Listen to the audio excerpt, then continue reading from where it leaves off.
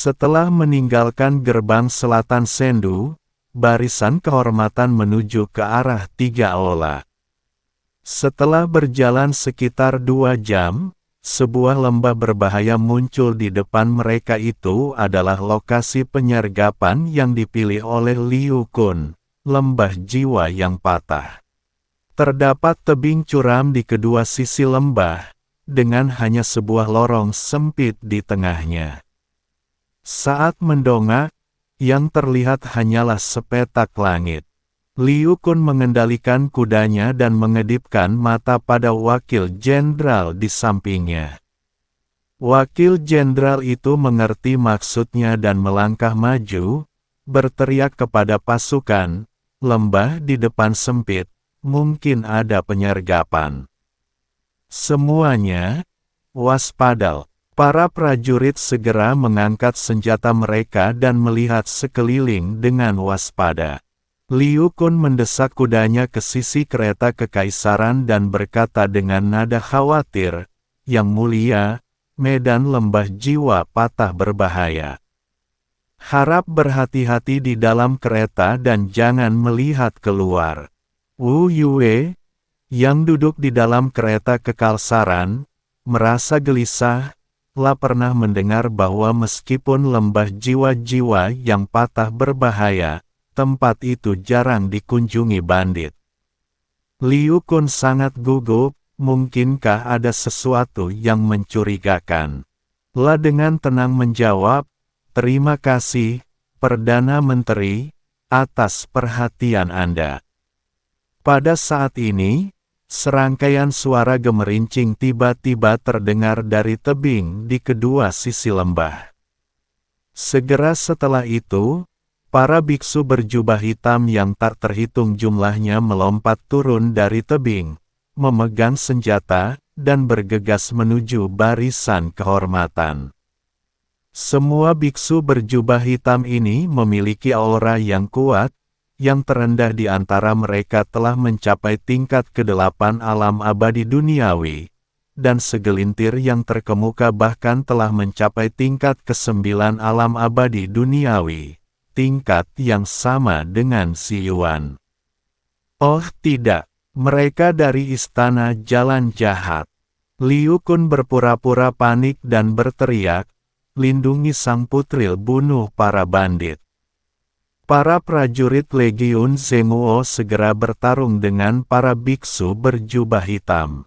Untuk sesaat, lembah itu dipenuhi suara benturan pedang dan pedang panjang, serta gemuruh kekuatan spiritual yang saling beradu.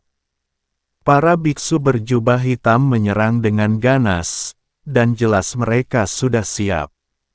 Meskipun para prajurit Legiun Pertahanan Nasional terlatih dengan baik, mereka segera terdesak oleh serangan mendadak musuh, dan korban terus bertambah. "Perdana Menteri, para bandit itu terlalu kuat, kita tidak bisa melawan mereka," teriak wakil jenderal dengan cemas.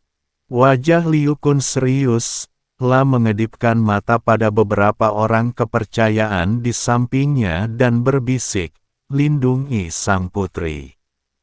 Aku akan pergi melawan para bandit." Sambil berbicara, dia mengalirkan kekuatan spiritualnya dan aura alam manusia abadi pun meledak, menyerbu ke arah biksu berjubah hitam yang memimpin.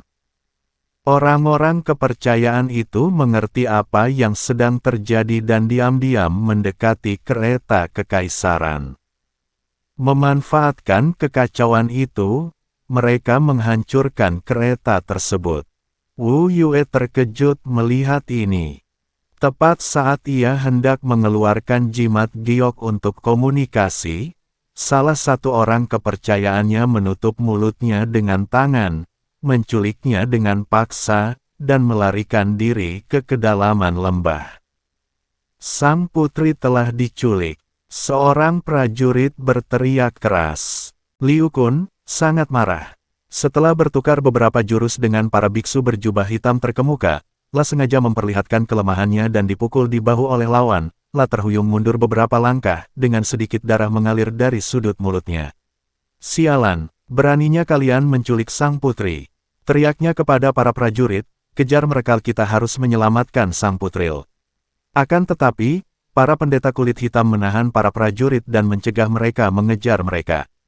Biksu hitam terkemuka mencibir, Perdana Menteri Liu, jangan buang-buang energimu, kita akan membawa Yang Mulia Putri pergi dulu. Jika kau menginginkannya, mintalah Wu Hao untuk menukarnya dengan buku panduan pengorbanan. Setelah berkata demikian, dia menipu para pendeta berjubah hitam dan mundur menuju kedalaman lembah, lalu segera menghilang ke dalam hutan lebat. Liu Kun menatap ke arah para biksu berjubah hitam pergi, sorot mata penuh kepuasan terpancar. Kemudian, raut cemas terpancar di wajahnya, La berkata kepada para prajurit, cepat, bersihkan medan perang dan segera kembali ke ibu kota ilahi untuk melaporkan hal ini kepada Tuan.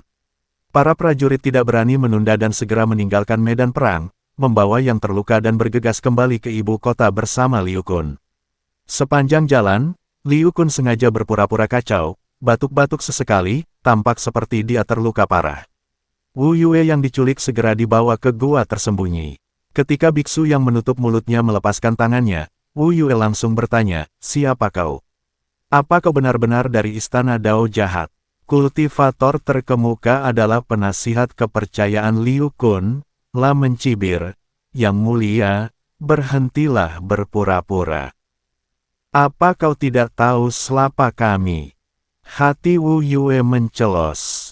Apakah Liu Kun yang mengirimmu ke sini? Apa yang ingin dia lakukan? Yang Mulia akan mengetahui tujuan Perdana Menteri di masa depan. Sang konselor berkata dengan tenang, sebelum itu, Yang Mulia, mohon bersabar beberapa hari. Setelah Perdana Menteri menerima buku panduan pengorbanan, tentu saja saya akan membiarkan Anda kembali.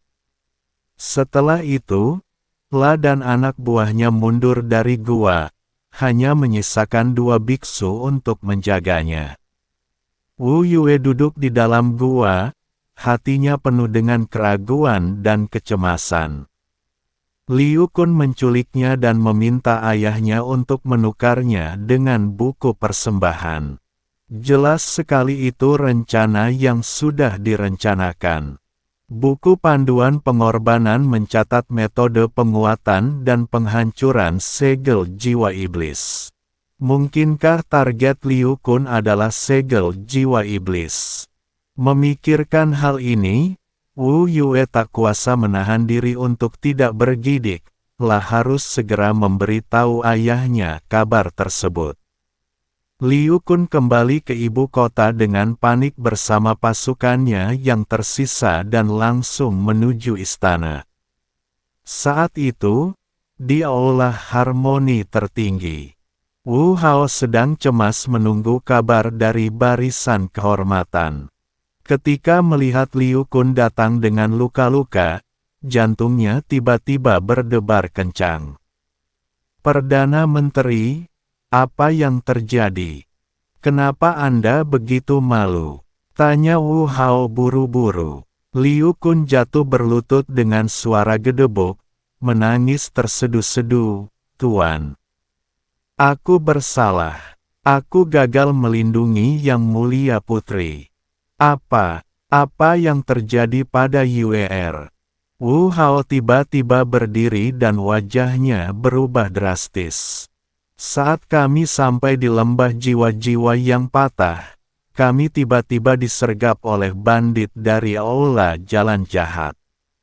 Liu Kun berseru, para bandit itu sangat kuat. Aku sudah berjuang mati-matian, tetapi mereka tetap menculik sang putri. Sebelum pergi, mereka juga mengatakan bahwa Anda, sang raja, harus menukar buku pengorbanan itu dengan sang putri.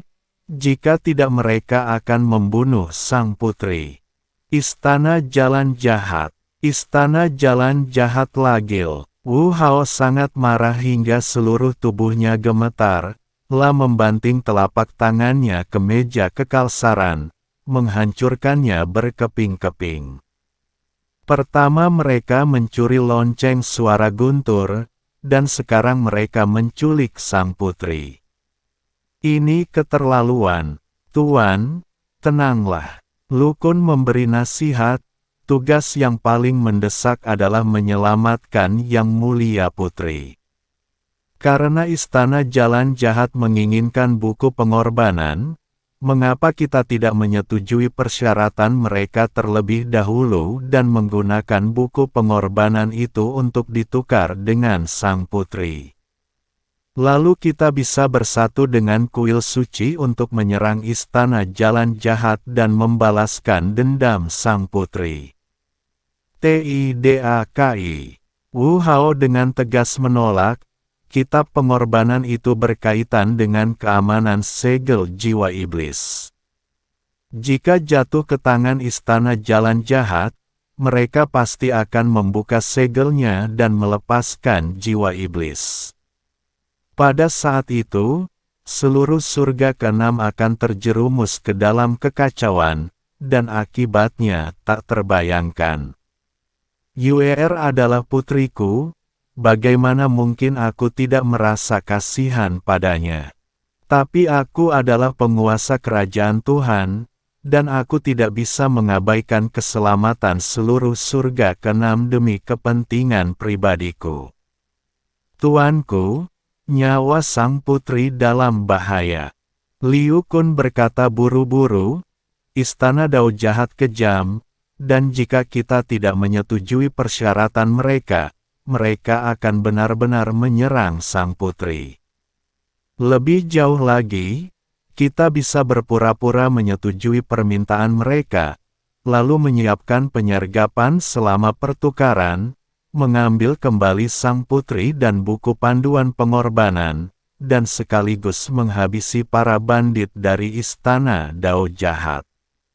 Bukankah itu seperti sekali mendayung dua burung terlampau? Wu Hao mengerutkan kening dan berpikir keras. Kata-kata Liu Kun terdengar masuk akal, tetapi ia tetap merasa ada yang tidak beres.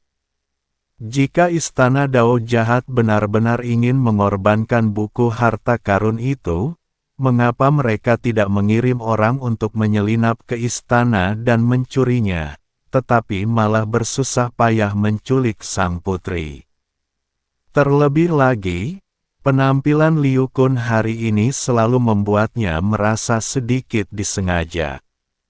Pada saat itu, seorang penjaga bergegas masuk untuk melapor, Tuan, ada seorang biksu berjubah hitam di luar istana yang ingin bertemu dengan Anda. Lah mengaku sebagai utusan Istana Dao Jahat dan membawa surat untuk Anda, Tuan. Biarkan dia masuk, kata Wu Hao dengan suara berat. Tak lama kemudian, seorang biksu berjubah hitam mengikuti Kasim itu ke aula harmoni tertinggi, menyerahkan sepucuk surat kepada Wu Hao, lalu berbalik dan pergi tanpa mengucapkan sepatah kata pun. Wu Hao membuka surat itu dan melihat kata-kata berikut tertulis di atasnya. Wu Hao, kau punya waktu 3 hari untuk mengirimkan buku panduan pengorbanan ke lembah jiwa patah. Jika kau gagal melakukannya, atau jika ada penyergapan, kami akan mengambil jenazah putrimu, Aula Dao Jahat.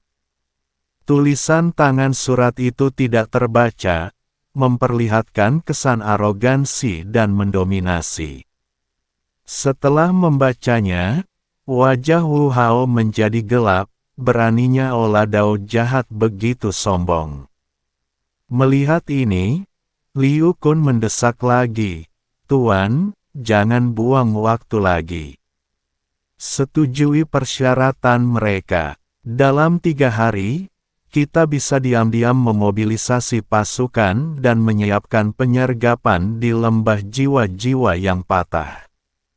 Kita pasti bisa menyelamatkan sang putri dan merebut kembali buku panduan pengorbanan itu. Wu Hao terdiam sejenak, lalu perlahan berkata, biar kupikirkan dulu. Kau turun dan sembuhkan lukamu dulu. Liu Kun tahu bahwa Wu Hao masih ragu, jadi ia berhenti membujuknya. Ia membungkuk dan pergi. Setelah meninggalkan aula harmoni tertinggi, Liu Kun mencibir, "Wu Hao, mari kita lihat berapa lama kau bisa bertahan.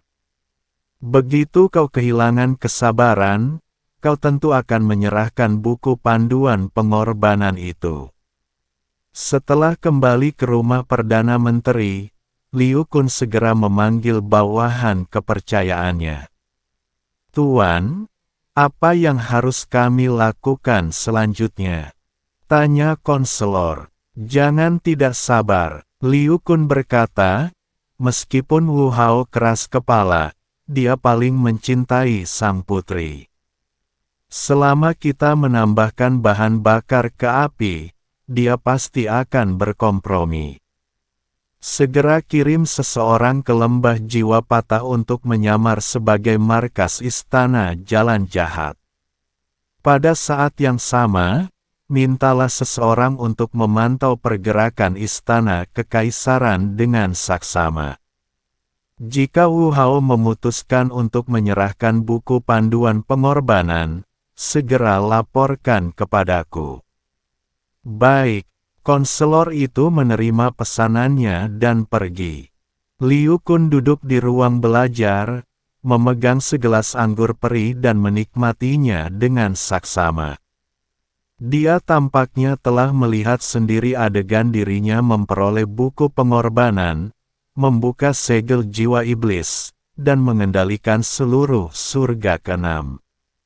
Pada saat yang sama, Chen Ping dan Xi Yuan bergegas menuju ibu kota.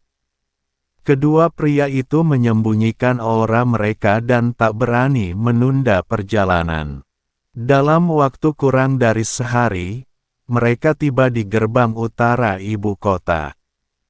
Pada saat ini, tiba-tiba terdengar derap kaki kuda yang tergesa-gesa dari depan.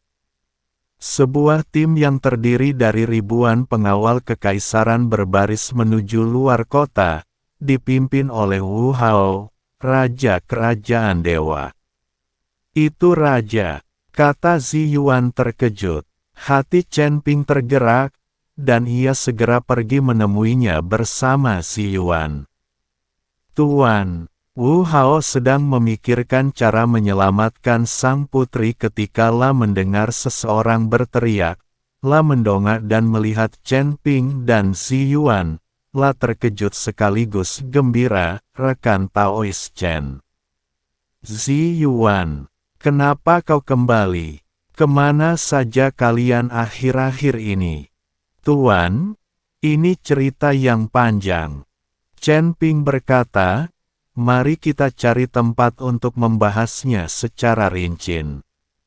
Wu Hao mengangguk dan membawa Chen Ping dan Xi Yuan ke stasiun pos terdekat. Setelah memasuki sayap penginapan, Wu Hao tak sabar untuk bertanya, "Rekan Taois Chen, apa yang terjadi padamu akhir-akhir ini? Kenapa kau tiba-tiba menghilang?" Chen Ping kemudian menceritakan keseluruhan kisah tentang bagaimana Liu Kun memasang jebakan di rumah Perdana Menteri dengan tujuan merebut pedang pembunuh naga dan garis keturunan naga emas, serta bagaimana dia dan Xi Yuan berhasil menerobos pengepungan dan memasuki menara penindasan iblis untuk pulih dari luka-luka mereka dan mencapai terobosan dalam kultivasi mereka. "Apa, beraninya Liu Kun begitu beranil?" Mendengar ini, Wu Hao sangat marah. "Aku selalu mengira dia hanya haus kekuasaan, tapi aku tidak menyangka dia punya ambisi sejahat itu."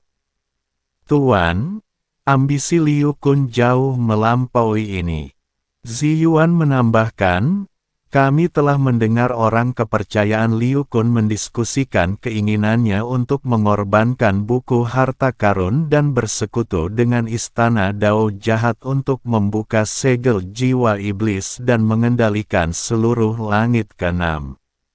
Buku pengorbanan, segel jiwa iblis. Wajah Wu Hao berubah drastis. Pantas saja Liu Kun terus membujukku untuk menukar buku panduan pengorbanan itu dengan sang putri. Ternyata semua ini konspirasinya. Aku khawatir dialah yang merencanakan penculikan sang putri. Raja itu bijaksana. Chen Ping berkata, Liu Kun menculik sang putri hanya untuk memaksa raja menyerahkan buku panduan pengorbanan. Begitu dia mendapatkannya, konsekuensinya akan sangat buruk. Wu Hao menarik napas dalam-dalam dan memaksa dirinya untuk tenang.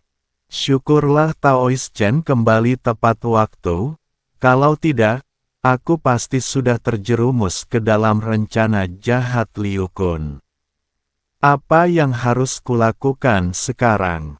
Sang putri masih di tangannya, dan dia mungkin telah menyergapku di ibu kota ilahi. Tuan, tugas yang paling mendesak adalah segera kembali ke ibu kota ilahi dan mengendalikan situasi. Chen Ping berkata, karena Liu Kun yang merencanakan semua ini, dia pasti sudah menyiapkan rencana cadangan di ibu kota ilahi. Jika kita menunda kepulangan kita, kemungkinan besar dia akan memanfaatkan kesempatan ini untuk menguasai ibu kota ilahi.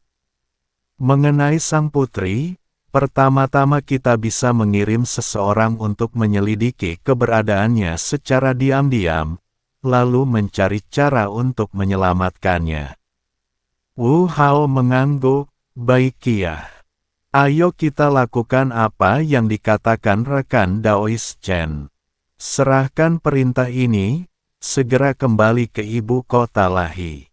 Para pengawal istana tidak berani menunda lagi dan segera membalikkan kudanya dan memacu kudanya menuju gerbang utara ibu kota. Chen Ping dan Zi Yuan mengikuti Wu Hao, selalu waspada terhadap pergerakan di sekitar mereka.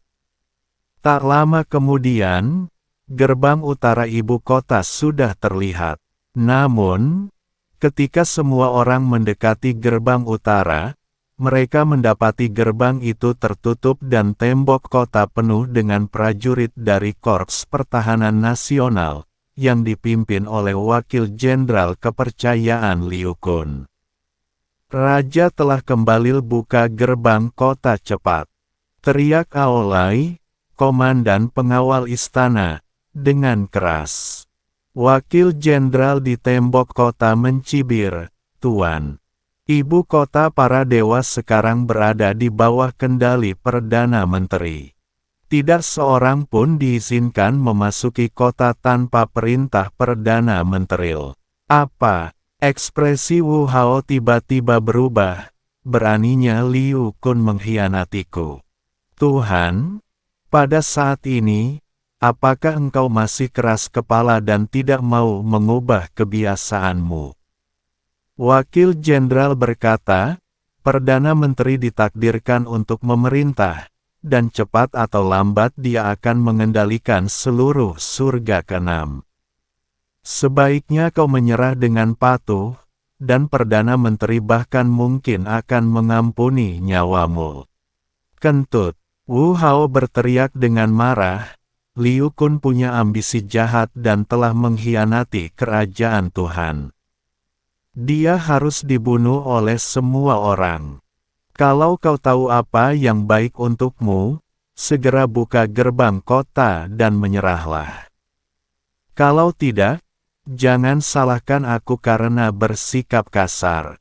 Terima kasih kembali. Wakil Jenderal itu mencibir, Tuan, apa kau pikir kau masih punya kesempatan? Korps Garda Negara telah menguasai setiap gerbang dan departemen penting ibu kota ilahi. Garda kekaisaran bukanlah tandingan kami. Jika kau tahu apa yang terbaik untukmu, segera menyerah, atau kami tidak akan sopan. Wu Hao sangat marah hingga seluruh tubuhnya gemetar dan hendak memerintahkan penyerangan ke gerbang kota. Chen Ping segera menghentikannya, "Tuan, jangan impulsif. Korps Pertahanan Nasional berada di posisi strategis. Serangan yang kuat hanya akan mengakibatkan korban jiwa. Kita harus mundur ke kota terdekat, mengumpulkan pasukan, lalu mencoba merebut kembali ibu kota ilahi." Wu Hao juga tahu bahwa Chen Ping benar, jadi dia hanya bisa menahan amarahnya. "Baiklah. Kita mundur dulu. Liu Kun, aku akan membalaskan dendam ini." Pada saat ini, Wakil Jenderal di tembok kota tiba-tiba memerintahkan, "Tembak." Anak panah yang tak terhitung jumlahnya ditembakkan ke arah garda kekaisaran, yang dengan cepat membentuk perisai di sekeliling diri mereka. Chen Ping dan Zi Yuan segera melindungi Wu Hao, menggunakan kekuatan spiritual mereka untuk memblokir panah yang ditembakkan ke Wu Hao. "Mundur!" teriak Wu Hao keras. Para pengawal kekaisaran bertempur dan mundur, melarikan diri menuju kota yang jauh. Melihat hal itu, para prajurit Legiun Pertahanan Nasional di tembok kota tidak mengejar mereka, melainkan hanya menutup kembali gerbang kota dan memperkuat kewaspadaan mereka. Wu Hao memimpin pengawal kekaisaran untuk mundur ke kota bernama Kota King Feng sebelum berhenti. Pada saat ini, wajahnya begitu muram hingga air seakan ingin menetes darinya. Ibu kota para dewa diduduki, sang putri diculik, Liu Kun memberontak, dan serangkaian perubahan membuatnya sangat cemas. "Rekan Taoist Chen, apa yang harus kita lakukan sekarang?" Wu Hao menatap Chen Ping, matanya penuh harap. Chen Ping merenung dan berkata, "Tuan, meskipun Liu Kun menguasai ibu kota ilahi, pemberontakannya tidak populer. Pasti banyak orang di Korps Pertahanan Nasional yang tidak mau mengikutinya. Terlebih lagi, jika konspirasinya untuk menculik sang putri dan mendapatkan buku harta kurban menyebar, hal itu pasti akan menimbulkan ketidakpuasan di kalangan rakyat Sendu dan kekuatan lainnya. Yang paling perlu kita lakukan sekarang adalah menstabilkan moral tentara, bersatu dengan pasukan yang setia kepada kerajaan Allah, lalu menunggu kesempatan untuk merebut kembali ibu kota."